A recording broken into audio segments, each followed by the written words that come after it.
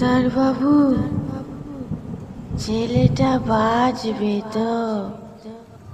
গায়ের লোম খাড়া হয়ে উঠল আমার। শরীরের সমস্ত রক্ত যেন হিম হয়ে গেল। এ যে সনাতনের বউ সৌদামিনীর গলা, যে সৌদামিনীকে আমি আমার ডাক্তারি বিদ্যা প্রয়োগ করেও বাঁচাতে পারিনি।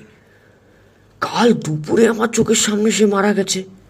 গায়ের লোকেরা মুখাগ্নি করে কাল যাকে খালের জলে ভাসিয়ে দিয়েছে, সেই সৌদামিনীর ছেলের অসুখের জন্য হাহাকার করে উঠল সে।